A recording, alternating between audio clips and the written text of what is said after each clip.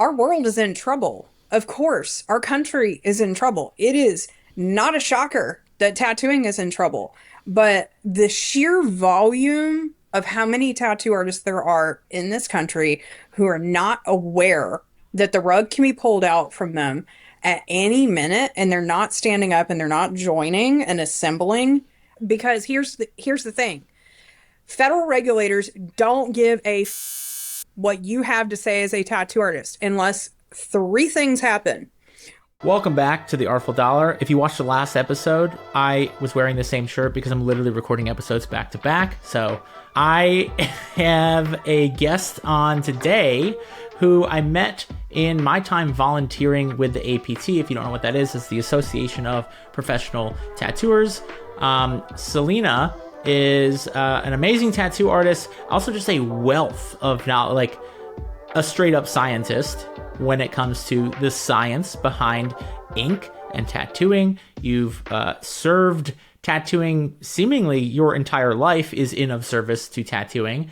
And we have some pretty interesting, maybe exciting's not the right word, but maybe it is, things to talk about today when it comes to the industry as a whole of tattooing. And so thank you so much, Selena. For anyone that doesn't know you, who the hell are you?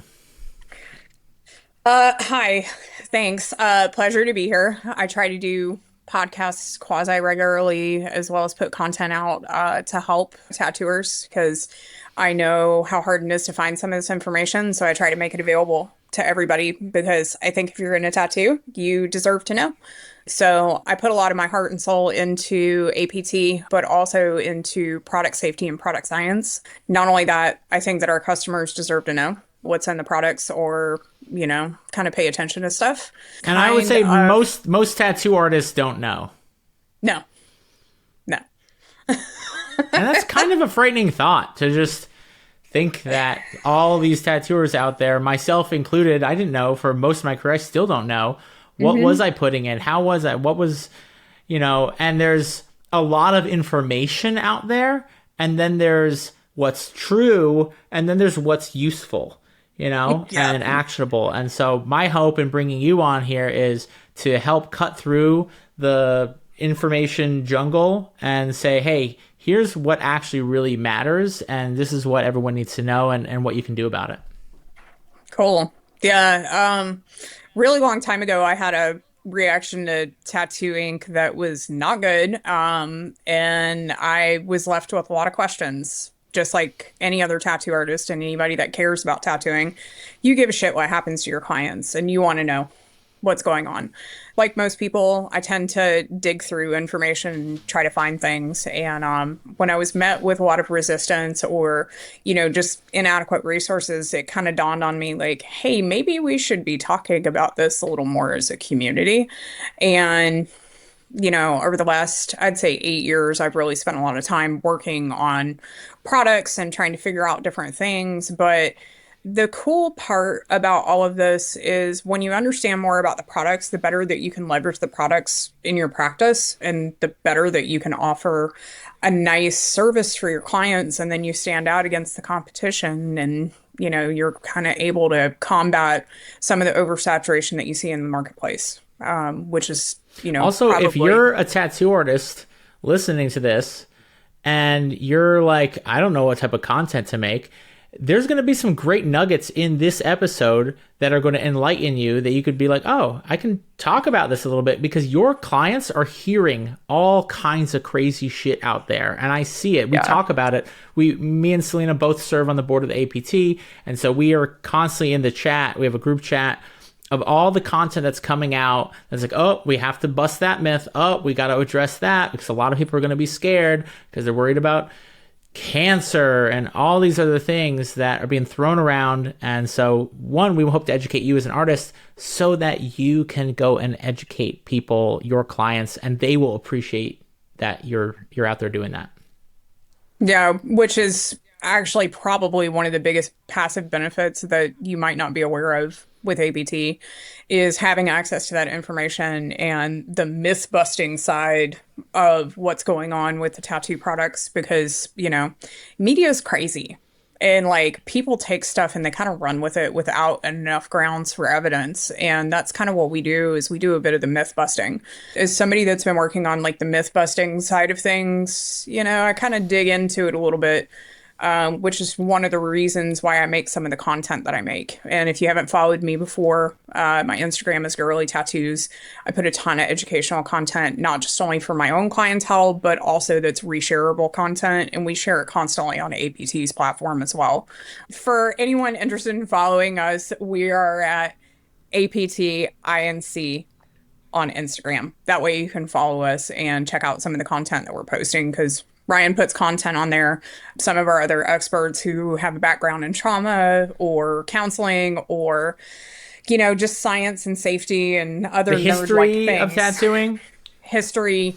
It literally is a huge network of individuals working in the background trying to get the information out there. But feel free to reshare. And that's the primary mission of the APT. You probably memorize it better than I have, but to protect the industry and the history of tattooing. That's pretty much what the APT exists to do.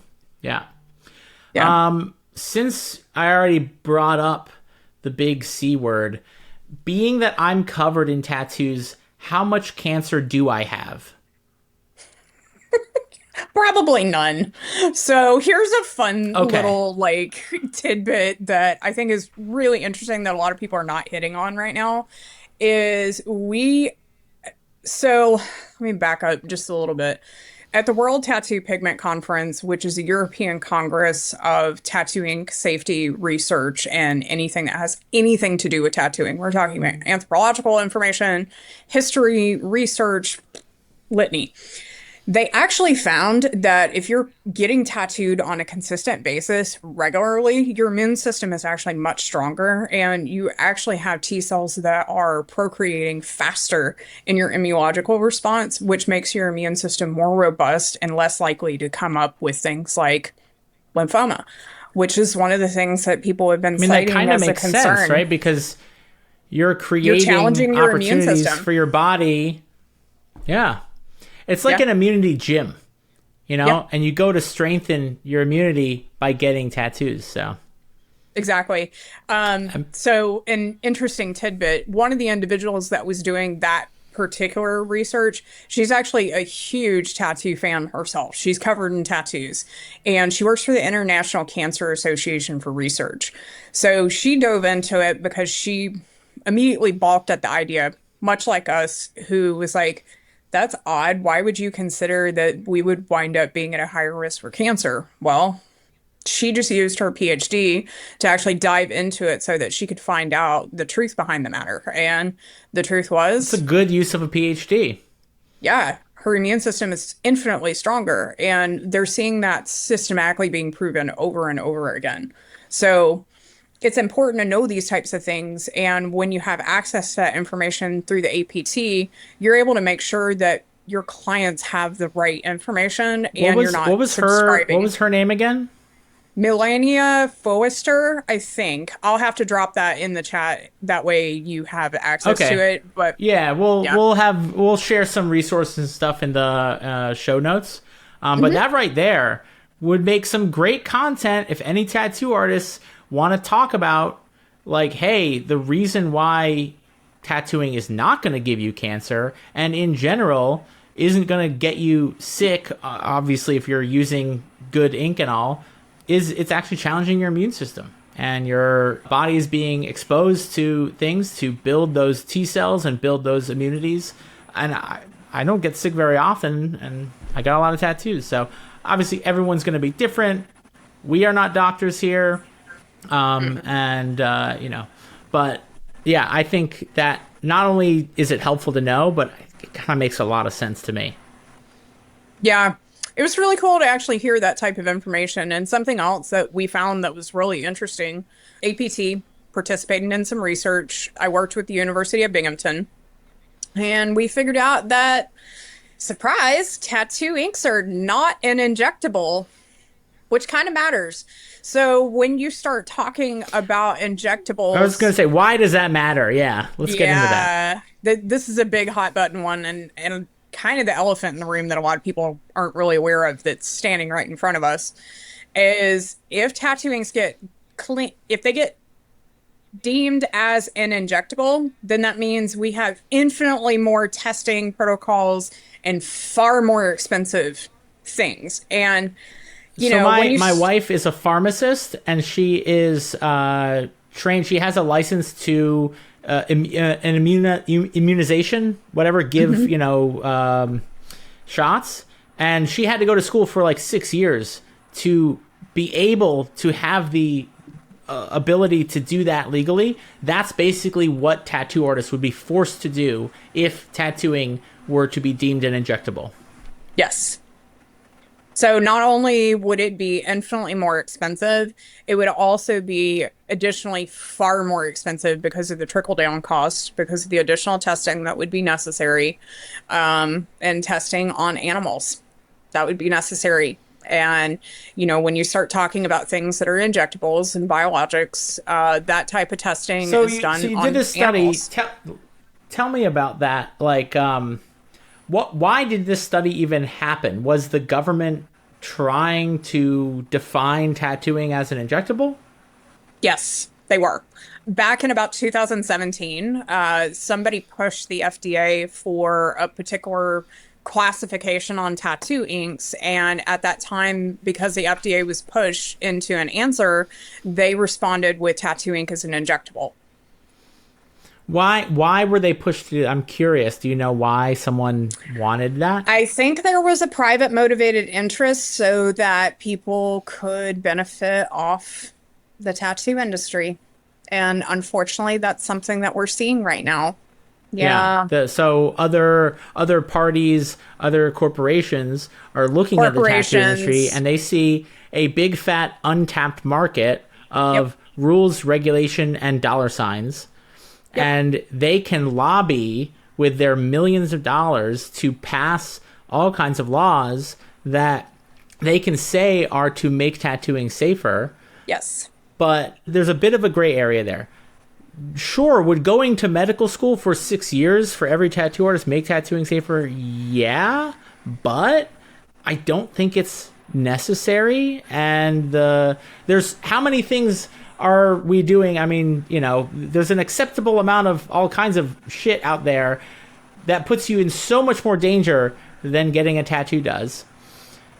Why do we need to go through these? So this is why I wanted to bring you on, Selena, because I don't think tattoo artists are aware of the thin red line that is between them and all of tattooing being completely taken over by corporations, government bodies, and lobbyists with millions of dollars who are way smarter, way more organized, and just have the resources. And if we don't band together, if we don't create some unification within the tattoo industry, there's a lot of changes going to be coming. Yeah. And not exactly good changes. APT is a mechanism. No, I would not imagine they would be good. Yeah. Speaking from personal experience, standing at the mouth of the dragon for the last 10 years and holding a little itty bitty sword when I need a whole bunch of other people with us holding swords too, and axes and cannonballs and, fire and flamethrowers, It'd be great if we had those. But the reality is that the APT is the mechanism that keeps tattooing in the hands of tattoo artists, not the other way around. We do not have anything to do with corporations.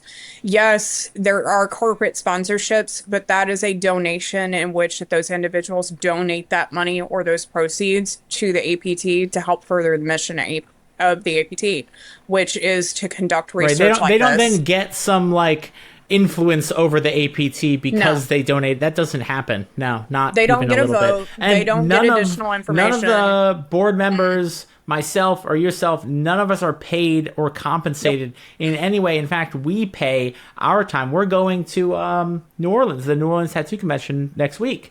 Are you coming? Unfortunately, I can't. I had a really big problem. Yeah, I had a scheduling thing that happened. We're all going out there to create unification, to me, and that's on my dime. That's not, Yeah. the APT doesn't subsidize that, and I I went believe to Europe in protecting this year. tattooing. Yeah, I went to Europe this year to find Yeah. out more about the Tattoo Inc. and have conversations with people from the World Health Organization, people from the Cancer Research Associations, people from different institutions around the world to ask questions and find out, like, hey, do you guys have new information that we don't have yet? Hey, what can we do here differently? Hey, what did you learn in your country that we could apply here? You know, I've been doing that type of work for the last 8 years, including going to private institutions and private universities, and even meeting with different companies to ask questions about how they manufacture their product to make sure that, we have the most up-to-date information whenever we are asked by regulatory authorities so we don't hurt the business of tattooing, because that's the most important How thing. many other people are doing this work with you? I have 5 really solid individuals that I work with on a consistent basis, 3 of which are here in the United States that work at the level of like the federal end of things. And I'm not talking about just FDA or that level. I'm also talking like World Health Organization or like European congressional type stuff or even the Australian government types of things. But I'd say domestically, and also with Canada, we're probably up to about 25 people that are doing it now. I've kind of lost a little bit of sight just because I'm trying to focus on training people and, taking some of the crap that's out of my brain and empowering another tattoo artist to basically stand up so they can protect their industry. And, that involves a lot So of phone calls. roughly 10 to 25 people Yeah. stand on the line between tattooing and the businesses and corporations and all these other organizations just coming in and basically having their way with tattooing. There's about Yes. 20-ish people, give or take. Yes. That's kind of terrifying, to be honest. Yeah, it's hard to build a Wow. future on that. Like, if you give a shit about tattooing, why aren't you standing up to protect it? Real simple. Yeah. And I see a lot of tattooers, a big topic right now, which I hope you're okay if we talk about, is tattoo Yeah. schools. And I see a lot of people just shitting all over the idea. And I get it, rightfully so. Like, there's a lot of bullshit out there. But what would be cool is if all those tattooers put that energy into actually helping the APT pass regulations and Yes. rules around it so that all these people can't come in and do their money grab and just teach people bullshit and have 2-week courses. That should all be completely fucking illegal. Yes. And the only organization that I know of that has any ability to actually do anything about that would be the APT. And that's what a lot of our meetings are. We're talking about, hey, how can we work with organizations, governments, whoever we can to stop the 2-week courses and the bullshit schools and all that. And I know some people think that all schools are bullshit. Well, you know what? Maybe they wouldn't be. Maybe there would be some limitations, some guardrails around it that would help the tattoo industry if there were more people Yes. actually participating or even just paying dues. You talk about paying dues to tattooing. It would be great if more people just paid some dues. It's not expensive. It's, what is it, 125, 150 bucks a year Yeah. to join the APT. Every little bit helps. Every little bit. I've not only paid my dues, I've paid thousands of dollars. I've donated. I've made my company a sponsor of the APT, and I've donated my time. And I am afraid of what happens if there aren't more people that are willing to do that and give back to tattooing in that way, in the way that tattooing has given them so much. Agreed. Same thing. I've donated thousands of dollars, thousands of hours, services, consulting services, utilize people in my own individual networks. I've been doing product safety for a really long time, which means that I'm directly involved with the chemistry, as well as the research and development of some of those products. And I've got chemists that have PhDs that I can call, thankfully, and make things Thank not God. suck for us and like get access to that information, because I've spent a lot of time, and I'm super fortunate to have access to that information, but I'm not going to be around forever. So I'm trying to make sure that I teach the next generation of tattoo artists to do this type of work so that one, that you're Yeah. in control of the future of your craft and you're able to make sure that you're still able to feed your family in the next 20 years. Because if you just kind of turn a blind eye to it and say somebody else is going to handle it, well, that's part of the reason why this has gotten so crazy to begin with. Like, yeah, it sucks. You may not like what's going on. You may not like that the schools are happening. You may not like it, but there are alternatives to fight and abstain against some of these things. And the thing that I don't think a lot of tattoo artists understand is that there's strength in numbers. And that strength in numbers shows up in your membership. When you become a member of the APT, you're a part of a constituent base. That base of constituents represents a collective opinion. I don't always agree with everything that goes on at APT, and nor does anybody else sitting around the table. But part of the reason why the No. APT is structured, and this is just for everybody in the room to understand this, APT is structured so that it does not benefit one person. Our bylaws prohibit that from being a thing. And it also makes sure that it doesn't benefit one singular company or one singular entity. That's why there's 13 board members. That's why we always vote on all these independent issues. And it's also the other reason why we make sure that the individual who brings an issue to the board is not necessarily directly voting on it. So, like myself, I'm the one that collects a lot of evidence and a lot of information. I abstain from a lot of voting because of my own personal bias, because of the information that I have, and I let the board members vote on what that is. And then they decide how that information is going to be used. Another really good example of this is when we were conducting the peer-reviewed research, I didn't vote on that. I said, hey, this would be a really good idea if we spent the money here, which was, I think, collectively, was it $4,200? I think it was. It was something like that. Something like that, yeah. Yeah, where we basically paid for the research to be done that said, hey, tattoo ink is not considered an injectable. We paid for that. And part And of the now reason. the thing is, the APT didn't pay for that.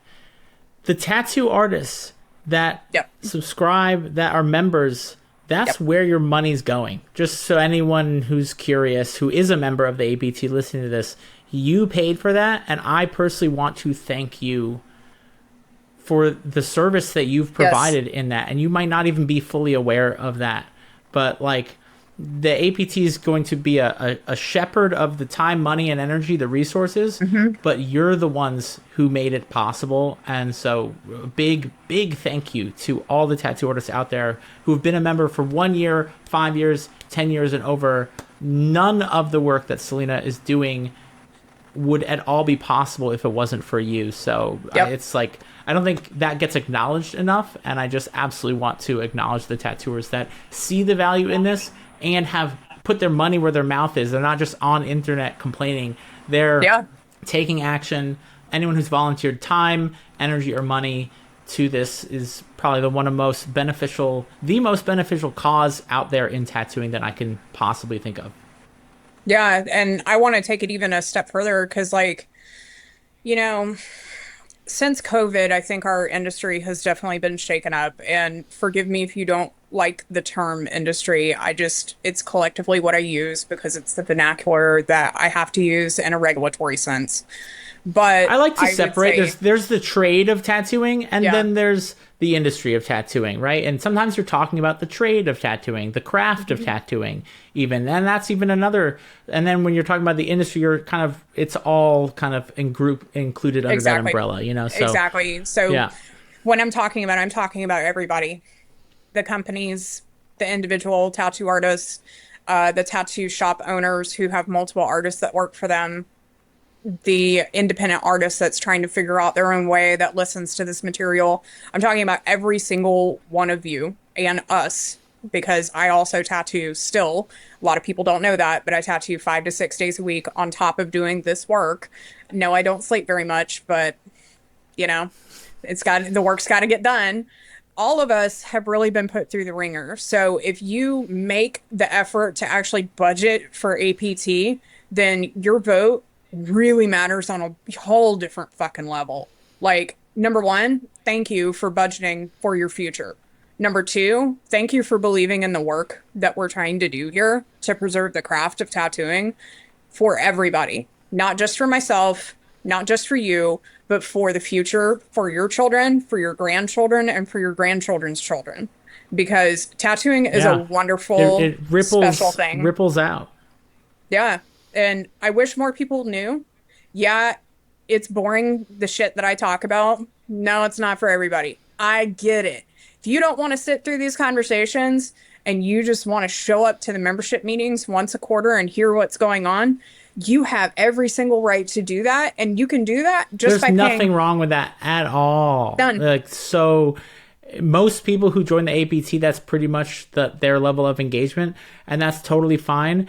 Anyone who wants to volunteer more of Yep. their time or come to the calls, when I was asked to be on the board, I didn't initially want to be on the board of the APT, and I had a conversation with Sean Anderson, the Yep. old president of the APT, and my main concern was, and a lot of people are like concerned with like, what's the APT going to do for me? And I'm going to just outright say this: if that's your concern, then you should not join the APT, Bingo. because the APT is doing plenty for you whether you join it or not. What my concern was is I don't want to let down the APT and the board, and I knew that I already have a lot on my plate. I have a lot of things going on that I didn't want to drop the ball or let anyone down, and I wanted to be sure that whoever got this position on the board was going to be able to serve the needs and intention and goals of the APT as better than I could, whoever gets that position. And he assured me, he's like, hey, this is what you're looking at, this is the time involved, these are the meetings. And so I accepted the opportunity, and it was an honor. It really was. I didn't take it lightly. I didn't want it initially, but I saw what it could. If my whole goal, my whole intention with my business, with my life, is to leave tattooing better than I found it, that's it. That's what drives me. Yep. At the end of the day, tattooing has given me a life beyond my wildest dreams. I can't even begin to calculate. And I was asking myself, well, what can I do for the APT, and am I the right person for the job? If that's what you're thinking, then you should join the APT. But if you're just looking for, and now there's a lot of perks, there's a lot of benefits, and you can go on the website. We could talk about it, but like, really, it's because you love tattooing and you want to leave it better than you found it. That's who this is for. Bottom line. Yeah, I would definitely say that was my epiphany. That was my Roman Empire. When I figured out that I needed to leave tattooing better than I found it, and I was concerned about the future of tattooing, and I wanted to make sure that tattooing was left to the generations behind me, and I wanted to do better. Tattooing Yeah. really is a crossroads right now between science, regulation, and misinformation. All of those things are I colliding. mean, just look at an adjacent industry, right? The barber industry has often been looked at as an adjacent industry to tattooing. My brother is a licensed barber, and he had to go through, I think it was something like 1,200 hours of let's say an apprenticeship, right? Which right now there are no rules in tattooing around how many. You can take a 2-week course and call yourself a tattoo artist and no one fucking cares. Someone had to set that rule in place. Now, there's other rules in the barber industry that don't make much sense. Like if he wants to cut hair in another state, he can't do that. He literally just can't do it legally. And now that doesn't make so much sense. Who put that rule in place? I promise you, it wasn't a barber that made that rule. It was someone at a higher level that saw, oh, wait, hold on.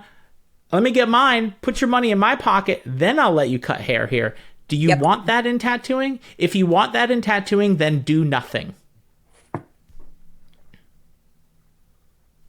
Plain and simple. If you continue to do nothing, you can't really complain about what happens. Yeah. If you want 2-week tattoo courses to continue on, then continue to do nothing. Plain and simple. I know this is like becoming a bit of, I don't want to, beat people up, but this is just how I fucking feel, like in my soul. Like I want to shake people and be like, hey, Tattooing is in trouble. The thing that you love, the thing that provides for you and your family, it is hurting badly. And Yeah. I think people see it as this thing that's far out in the future. And I'm sure someone will figure it out by then, and it'll be okay, and I'll just keep chugging along until that happens, and then maybe I'll get involved. No, it's already too late. By that time, it's already too fucking late. 10 years ago, when I figured out that shit was gonna hit the fan, I started looking at this stuff and I was like, what the fuck is wrong with y'all? Why aren't you paying attention to this? Why are you not setting things on fire? Why are you not flipping over tables? Why are you not setting shit on fire? Yeah, because your tables need to be flipped. Yeah, absolutely. With some of this nonsense that's gone on, like, our world is in trouble. Of course, our country is in trouble. It is not a shocker that tattooing is in trouble, but the sheer volume of how many tattoo artists there are in this country who are not aware that the rug can be pulled out from them at any minute, and they're not standing up and they're not joining and assembling.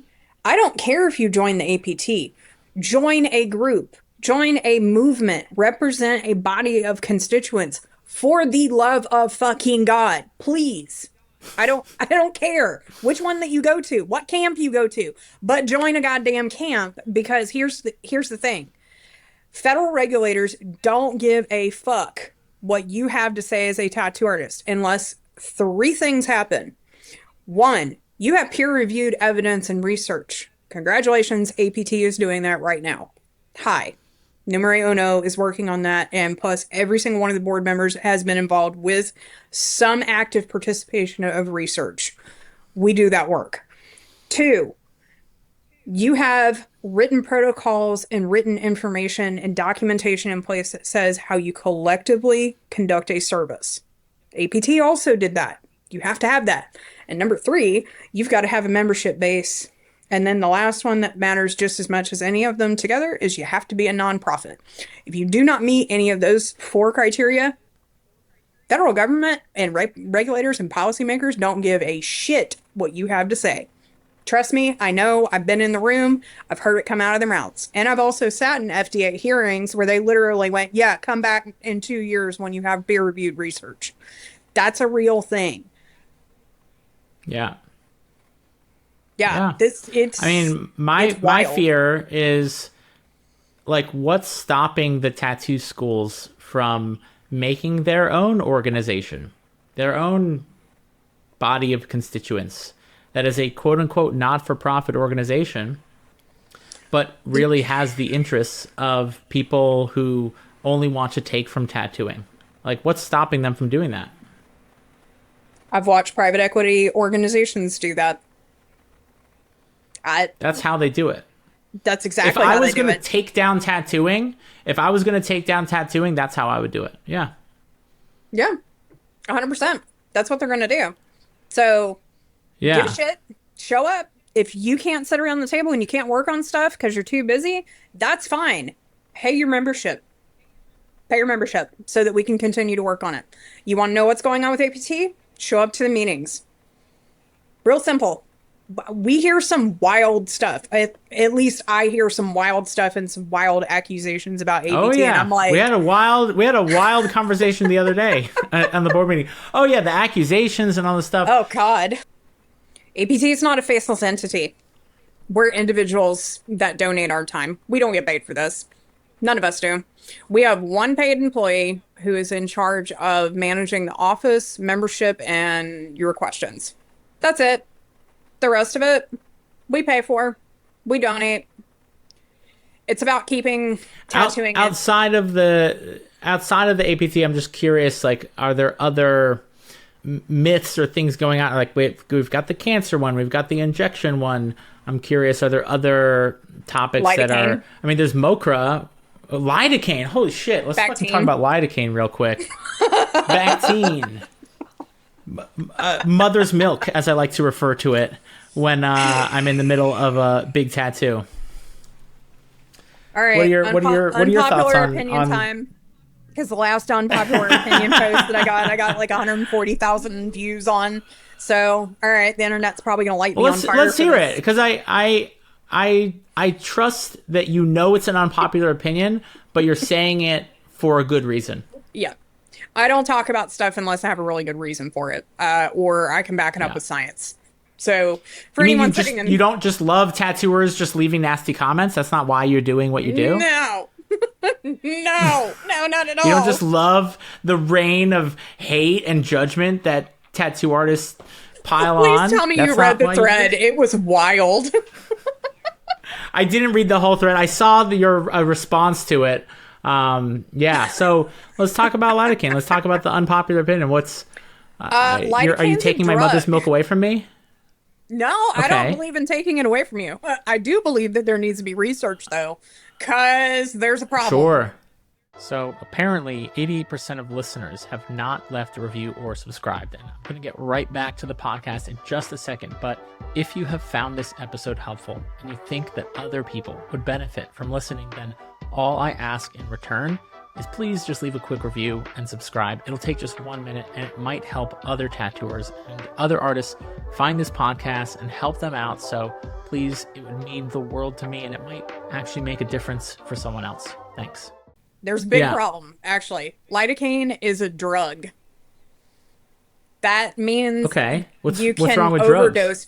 You can overdose somebody with it. And there's like this fucked up thing it actually is incredibly, it's like wildly dangerous. Like you can die from it easily. You can die from it, and we're just slathering it on tattoos and just like, oh yeah. You can send somebody into kidney failure.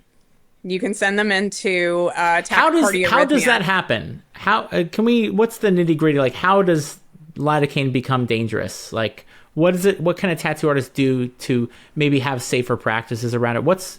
Tell me what's going on. So let me explain the mechanism behind it, and it'll kind of explain like how you can use it a little safer. Because I don't think a lot of people know this.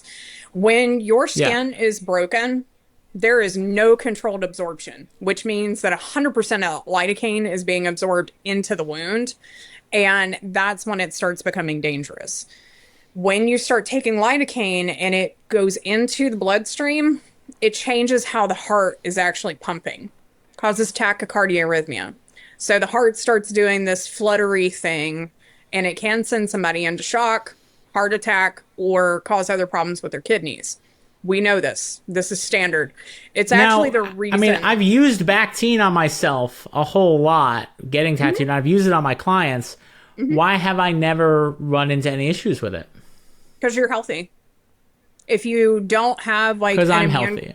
Yeah, because you're healthy. If you don't have an immune compromisation... Because I'm healthy because I got tattoos and my immune system's strong, which is why I'm so healthy. That's part of it. Okay. That's part of it, but sometimes you don't know what somebody has going on internally. I also eat things off the floor. I have maybe a 6 or 7 second rule. So that's okay. That helps. I mean, you're gonna survive. So, but someone that is not healthy, like, what does that mean? Like, they have a cold? Like, what do you mean not healthy? Well, they could have an autoimmune condition. They could have something like rheumatoid arthritis. They could have something like, I don't know, some kind of blood clotting disorder. They could have some other internal stuff that they may not know about. Or they could have something like diabetes. You don't really know. And sometimes people... And so when I was using Bactine on my clients, if they had any of these things, there's no guarantee, but there's a possibility that we could have ended up in the hospital that night. Mm-hmm. Yeah. Very real possibility. That needs some more guardrails around it. That makes sense. Yeah, absolutely. And the other part about this too is it actually causes trauma to the surface of the area where you're tattooing. So your work may be not good, and you may cause irreparable damage to the trauma to the area that you're tattooing. So when you turn off the neuroreceptors, aka the pain response, that that's why lidocaine products and like Bactine and stuff like that work the way that they do. You can cause something called edema. And edema is when the skin swells up and it's so hard and like it feels like you're touching bone and it's like really, really hard like that. Well, that it feels like you're tattooing like orange peel, you know? Yeah. Yes, it does. And when you start tattooing Yeah. into that, well, guess what? All that ink's going to wind up getting rejected. Or it's going to be really patchy. And then it's going to make you look bad as a tattoo artist. Like you don't know what you're So doing.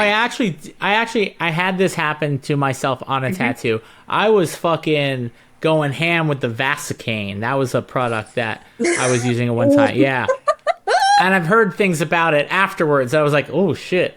Yeah. I was just like, I was getting my stomach tattooed, and it was like all this color, and it was like layers and layers, and I was just going ham with the fucking bat. Yo, the whole thing was the thickest fucking scab, and half the shit fell out, and I had to get the whole thing retouched. And Yep. after that day, I was like, and then I've tried the numbing cream that you put on before. What was I get? I think it was like on my chest. I tried it, and it worked for like the first hour, hour and a half, and then Yep. after it, it felt like hot acid being poured on my chest. Yep. And I realized that like I needed to build more of a endorphin, because your endorphins aren't build; they take time to build up. But if you didn't feel any pain, you're not going to produce any endorphins. Am I right about that? I'm not a You are scientist. correct. Okay. Basically, it's like And it's so like then a all of a rising. sudden, you're just getting hit with all this pain because the numbing wore off, but you didn't produce any endorphins, and you're in a world of fucking pain. So it's That not is worth it, in my 100% opinion. accurate. Yeah. Yeah. It makes it so much fucking worse. And then, there's something else that a lot of people don't consider too is when the pain is so goddamn bad, there is cortisol that hits your bloodstream and it rushes to the surface of where that tattoo is, and it makes the tattoo heal so much harder. Like, yeah, it's a tattoo, it's gonna hurt, but if you've ever noticed the difference with those really thick, chunky scabs in a localized area that probably hurt really fucking bad, it's because you were causing a Yeah. lot of trauma to the area of that surface. And then that's where like the real healing issues and stuff start. So, look, I get it. I don't want to take away mother's milk from anybody. What I am saying though is you've got to pay attention to what you're doing with this stuff and you need to be really careful. Prenups, there is a huge amount of danger with them. And if you are going to use them, you need to make sure you're able to get in and out of that area in a short period of time to minimize the discomfort to your client. And if you are going to reapply something that contains lidocaine, basocaine, tetracaine, hydrocaine, any of that, while the skin's open, you need to use it as minimally as you possibly can stand. Don't liberally apply these products because science hasn't caught up and hasn't done the research to tell us what the mechanism would be for what something is safe. And you know what? Here's the other elephant in the room about these products that a lot of people aren't paying attention to. When you put these products on somebody and they are in your chair, you're assuming liability and risk for using these products on your client. You're a tattoo artist. You do not practice medicine. That is outside the scope of your practice. Minimize your risk and I'd the be levels. interested. I never looked at like my I had tattoo insurance when I was tattooing full time, and I have no idea what my policy stated in terms of those types of things. But you might be tattooing with tattoo insurance thinking you're all fine and dandy, and there might be all kinds of clauses and stuff in there saying, hey, if you do X, Y, and Z, that is not covered under this insurance policy. You are fully liable and you're Yes. fucked. Yes. Hi guys, I'm not the fun police. I actually really hate the fucking government. I live in the woods for that reason. BT dubs, I'm telling you this shit so you can protect your business and continue tattooing because I'm really attached to all my friends in tattooing and I want to see them tattoo as long as they can. Hi. Allow me to give you my notes. Yeah. I'm the nerdy kid that everybody likes copying her test and like gets A's with. Hi, I'm that friend. I could totally see that. And I think the APT gets a bad rap because they kind of have to be the adult in the room. Like, Yeah. I'm not saying that to insult anyone, but there's a benefit to having an adult in the room. And tattooers might be, and it's just like, okay, but if you want to keep doing your thing, like, there needs to be some adult supervision. I'm sorry. There just does, especially when you're dealing with things in the medical field. 100%. I mean, we are impacting and influencing somebody's life and somebody's body. And if we don't take proper steps and we don't protect our clients today, the bad press, the bad publicity, and the bad adverse events and all the things that happen, all of that shit adds up, and that's why we get fucked up regulations. That's why. Is that. What about all the metals in tattoo ink and all the, like, I'm just hearing so much stuff about this that I've been aware of for a long time. And like I also kind of personally took the understanding of, like, I know there's some fucking weird shit in tattoo ink, but you know what? I haven't seen other people dying from it, so I'm gonna get tattooed. But yeah, what about like all that content that I'm seeing about that? Any myths, or is there truth to it, or where is the truth in that? I'm sorry, I just gotta laugh because like all the people that are saying that you can do heavy metal detoxes, like go sit down and talk to a chemist. Just sit down, please. Thank you. Okay, here's why I know about this because well, I was on the team that developed the first EU compliant tattoo ink. No, it was not perfect. We did a shitload of work. Let me explain a little more. So, tattoo inks and pigments, there's a difference between pigment and the ink. The ink is the finished liquid form. The pigment is the powdered color component. That pigment contains a series of chemicals in it. When you shoot it with light, it breaks down and it does something called cleaving. That cleaving is where little pieces of the molecule break off and they start free floating into the body, and you start getting the things that people call heavy metals, PAHs, arohydroaromatic carmines, any of those impurities that people are eliciting as a cause for concern with tattoo inks. That happens by exposing the pigment to light. Therefore, if you expose your tattoos consistently to light without sun protection, you're going to have problems. Yeah, that sucks, doesn't it? What kind of problems? You could have cancer. You could wind up with melanoma. You could wind up with, I don't know, bladder cancer. You could wind up with all kinds of weird shit. Is that the case for all tattoo inks? Yeah. If you don't protect yourself and you don't stay out of the damn sun and you don't put sunblock on your tattoos, yeah, these things can happen. Now, here's the flip. I hear, yeah, I'm okay. Let me give you some more insight. This was prior to the EU regulations. Okay. All right. Okay. Hold on. Now I have your attention. EU regulations. Yeah. Great. Cool. The reason why some of those regulations got so insane and are not necessarily the best thing for the tattoo industry is because they were based on in silico science. They were based on computer and mathematic models. They were not based on sound science. Okay? So if you go back to 2008, there is a regulation that says technical tolerance limits that limit heavy metals, PAHs, hydrocarbons, impurities, micro, amines, etc. All of that stuff. If everything is tested to the 2008 RACEAP model, your risk is minimized. Minimized, okay? But when you expose your tattoos to consistent sun exposure and you do not protect your tattoos, you cannot guarantee that the integrity of the ink is not being compromised. Because why? When you expose things to light, a chemical reaction happens. So, as a result, collectively, most of the ethical tattoo ink manufacturers on the planet, and I can tell you, I've worked with at least 25 of them. I've either been in their facilities, I've looked at their formulations, or I've looked at how they have manufactured their product or what their quality agreements are. All of those individuals are testing to that level to ensure that the safety bar is raised in tattoo inks. But what the collective problem is right now is that there are a lot of counterfeit products. And hey, tattooers, guess what? Those products that you're ordering on Amazon are probably not what you think they are. Go buy them from the company. Because they're probably counterfeit, and they're probably the worst effing thing you could put in your client's skin. So if you want to That protect, is surprising to know, but also not surprising to know.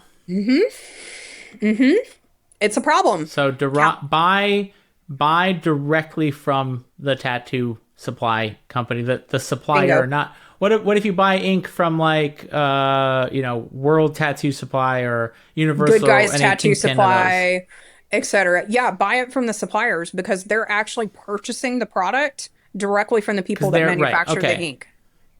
Yeah. got And it. this is and Excellent. let me Yeah. be clear about some things. Okay? I want to give everybody in the room some questions to ask their suppliers. Okay? Here's what I ask to make sure to protect my clients.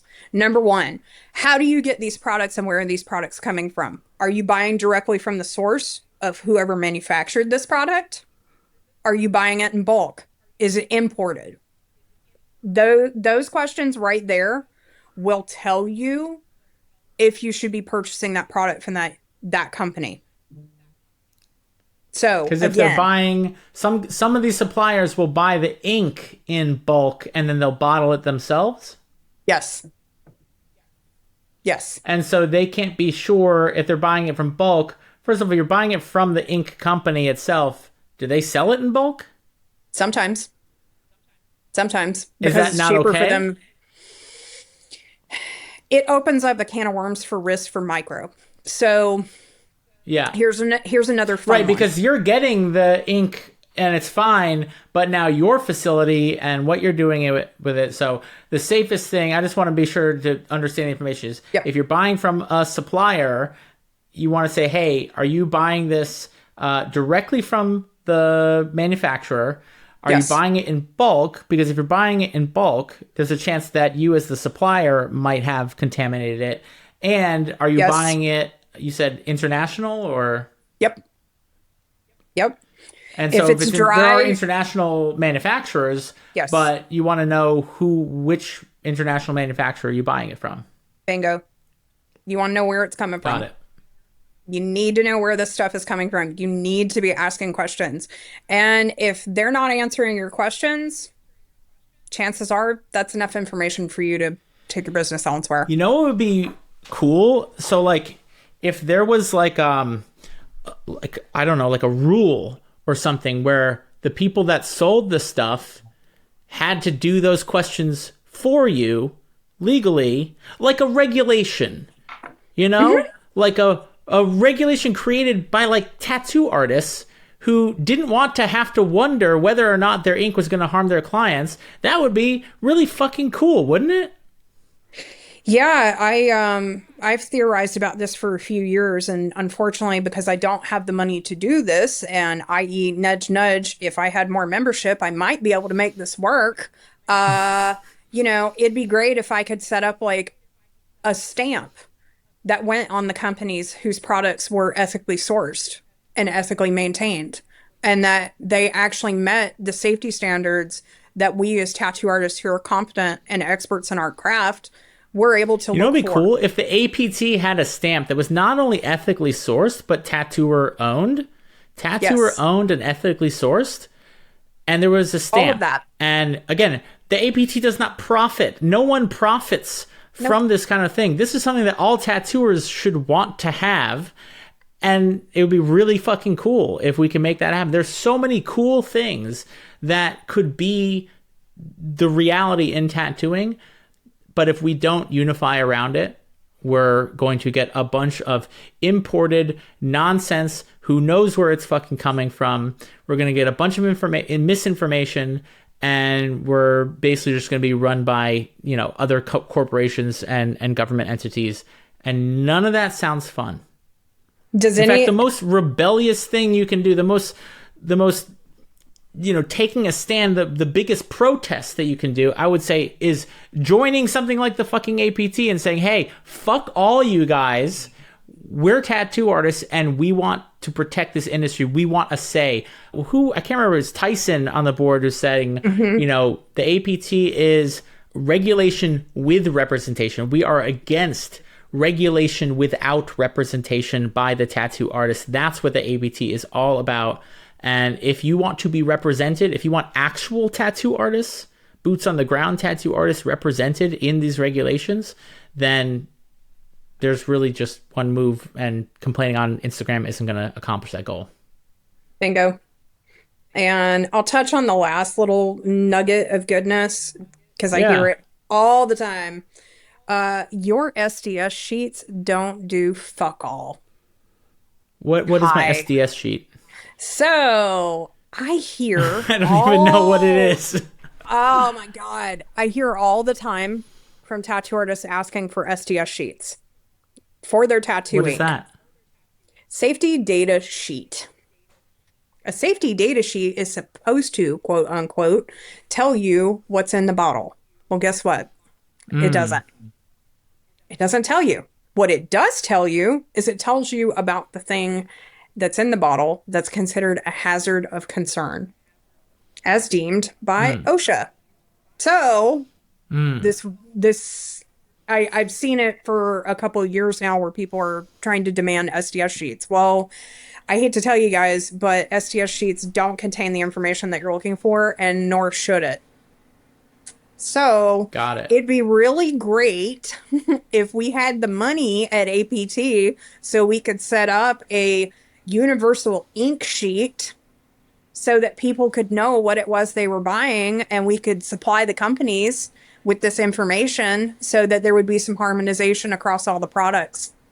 Because that's something that I haven't had enough time to work on, but I have the information and I would love to deploy it, but we don't have enough funding and I don't have enough hours in the day to do it.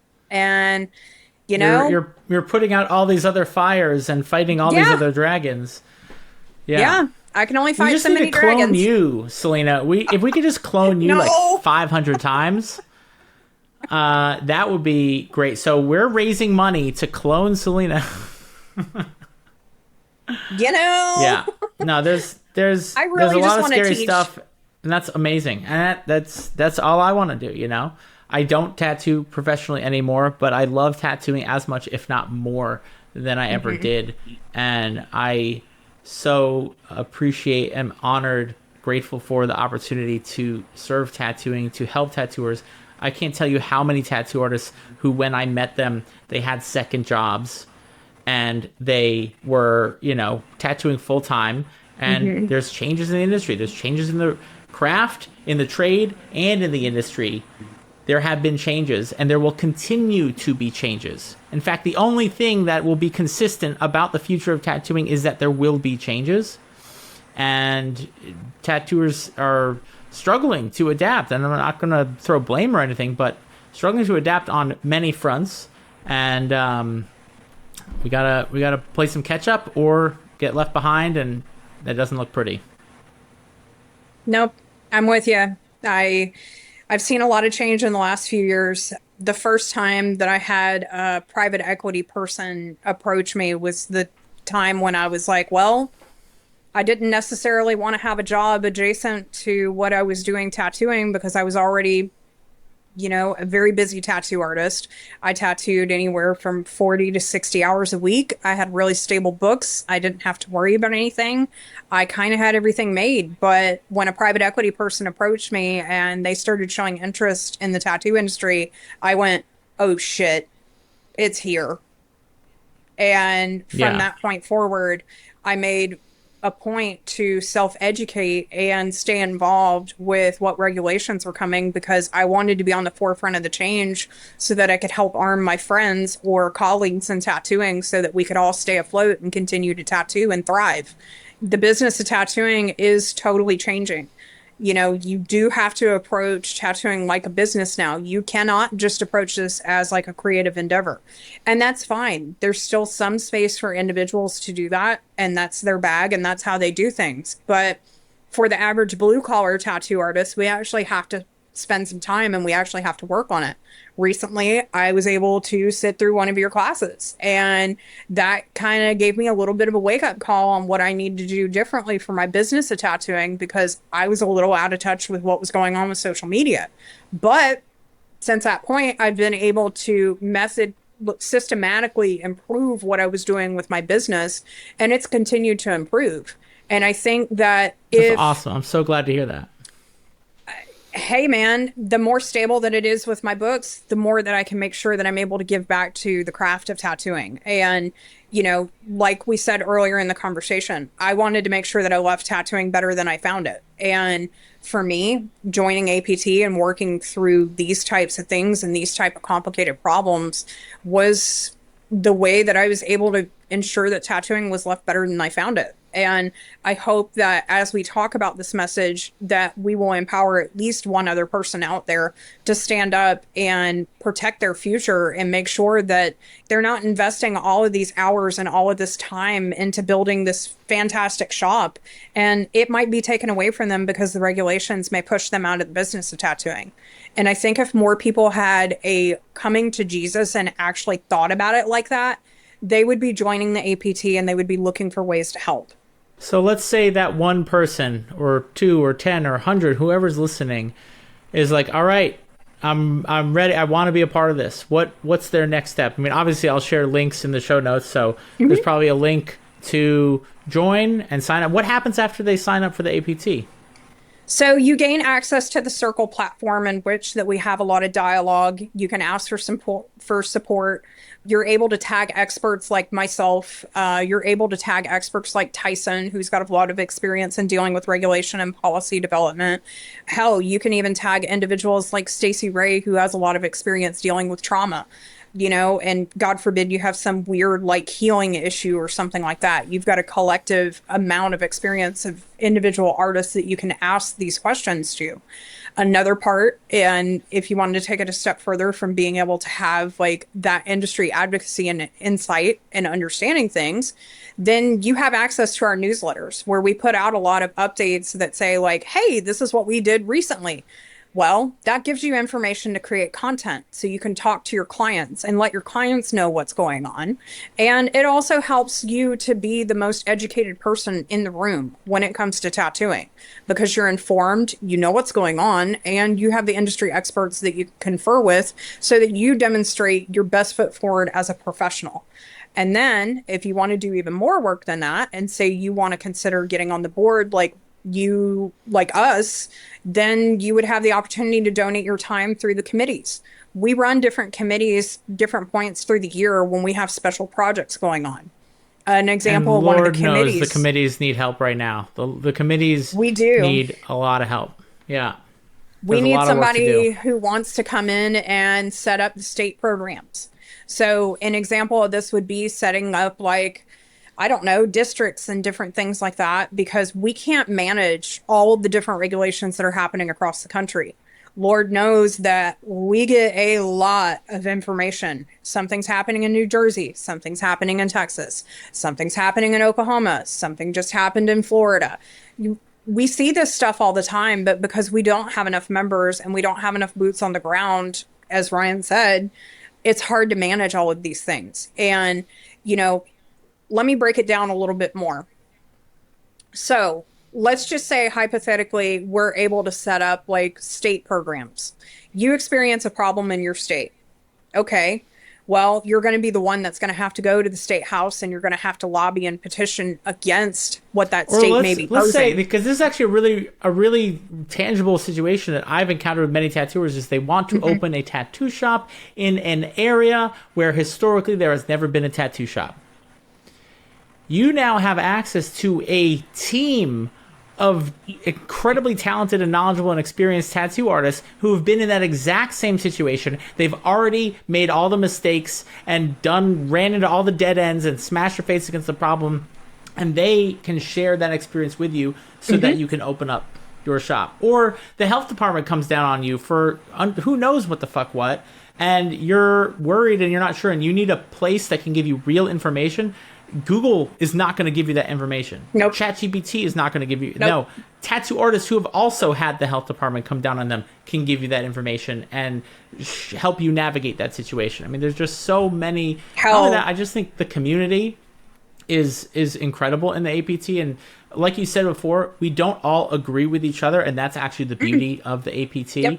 I don't want to run the APT. I hope that my viewpoints alone aren't the only thing dictating the future of tattooing. God help the industry if that was the case. No, I want people to disagree with me Yeah. and together come up with something that actually works for everyone. That's my hope for the tattoo industry, and that's the reason why I'm involved with the APT. Maybe I do want to touch on one last thing because I think a lot of people feel like I'm just going to cast the old school out with science, and that's not the case. Something that I think is really important to kind of say here is the fact that I got involved with APT to learn from those who did it before me. Can't say it any more plainly than that.